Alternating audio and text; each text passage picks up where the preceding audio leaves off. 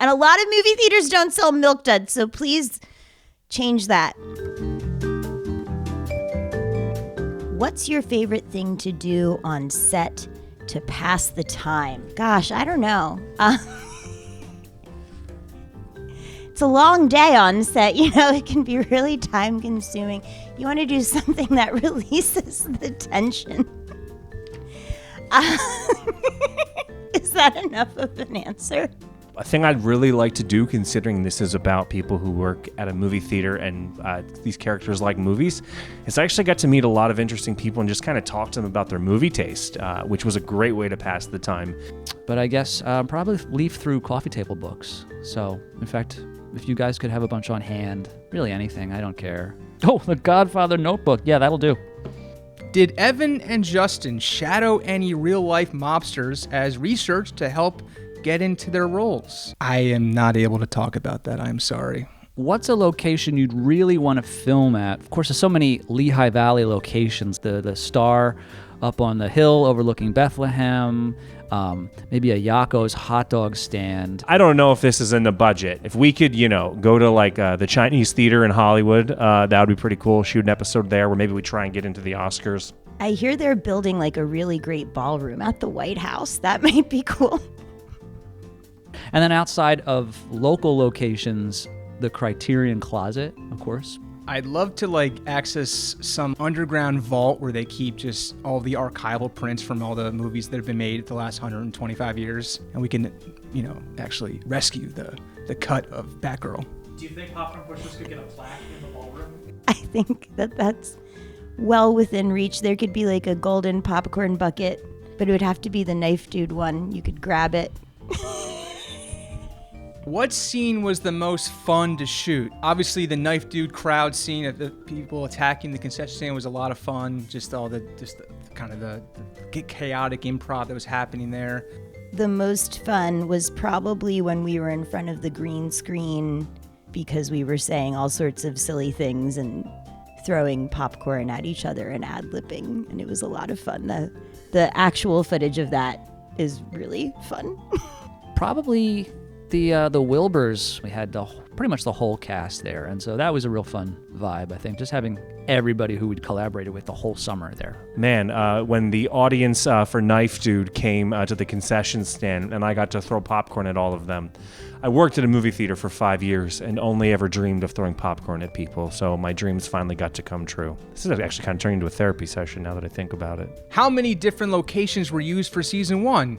We filmed a lot of different places in the Lehigh Valley. Obviously, we were at the Emmaus Theater for all those great concession stand, projection booth, auditorium scenes. We filmed a lot of the backroom office stuff at a t-shirt company called LVAC up in Bath. Then we were at Arts Quest for the Quincy Theater scenes. And then we went to Pennsburg, especially Finland Park, where I've filmed a lot of short films since high school at.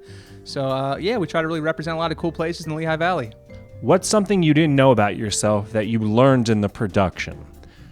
So actually, I jokingly tell people that Eddie is just me toned down, but people seem to think that Eddie is me exaggerated. So I guess my movie nerdiness, I just got to show even more in my own personal life. So I'm going to really do that. Well, I think we all got to know all three of me a lot better during the production. And I'm much more aware of what I look like in a push-up bra now. Just spearheading this entire project really just made me realize I do have some leadership skills. I was able to bring together so many talented people. Yeah, and I guess sometimes I have some funny jokes on the script that came to life very nicely. Most of them were JJ's jokes, but I have a greater ability to keep consistent take after take after take than I thought I would. I thought I would have a lack of discipline, and then that it would be an absolute nightmare for the editing guys to pull it together. What scene was your favorite in the final cut? I was really blown away how well the scratching DVD torture scene came out in the piracy episode. That was just kind of the core of everything I've been trying to accomplish with Popcorn Pushers. All town involved, just pulled it off magnificently. The very opening establishes the relationship between Norma and Cal. Norma's very funny in it, and it's edited to perfection.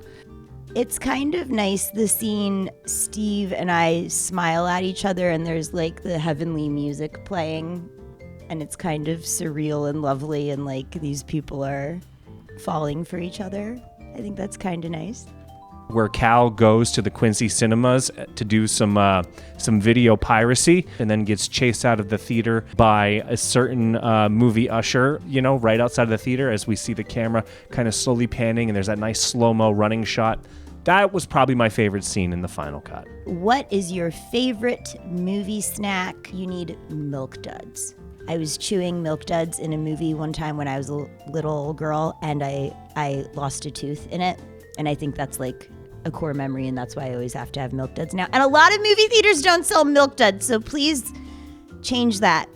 Sell Milk Duds at your movie theater so that I don't have to sneak them in. It's gonna be Twizzlers. You bite it off the tip, and then you have like a little straw that you put down into your soda.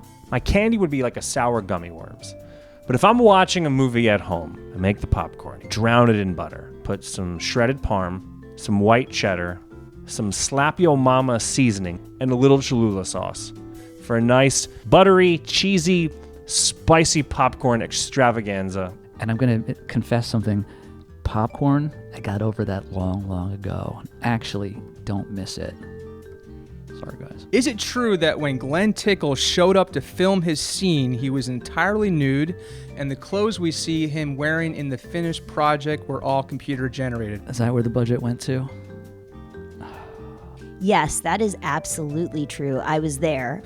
We had to have basically PAs holding up towels and kind of blackout sheets so he can just walk from his trailer to the inside of the theater. It was breathtaking to see, really, and it's incredible what technology is capable of because they also managed to cover over his like full-length body tattoo of a chessboard. But Glenn insisted, and I kind of agreed with him that this was an episode about Cal's vulnerability, expose himself emotionally naked, and with Glenn being naked, it was just kind of an interesting kind of Dogma 95, choice, embracing the artifice.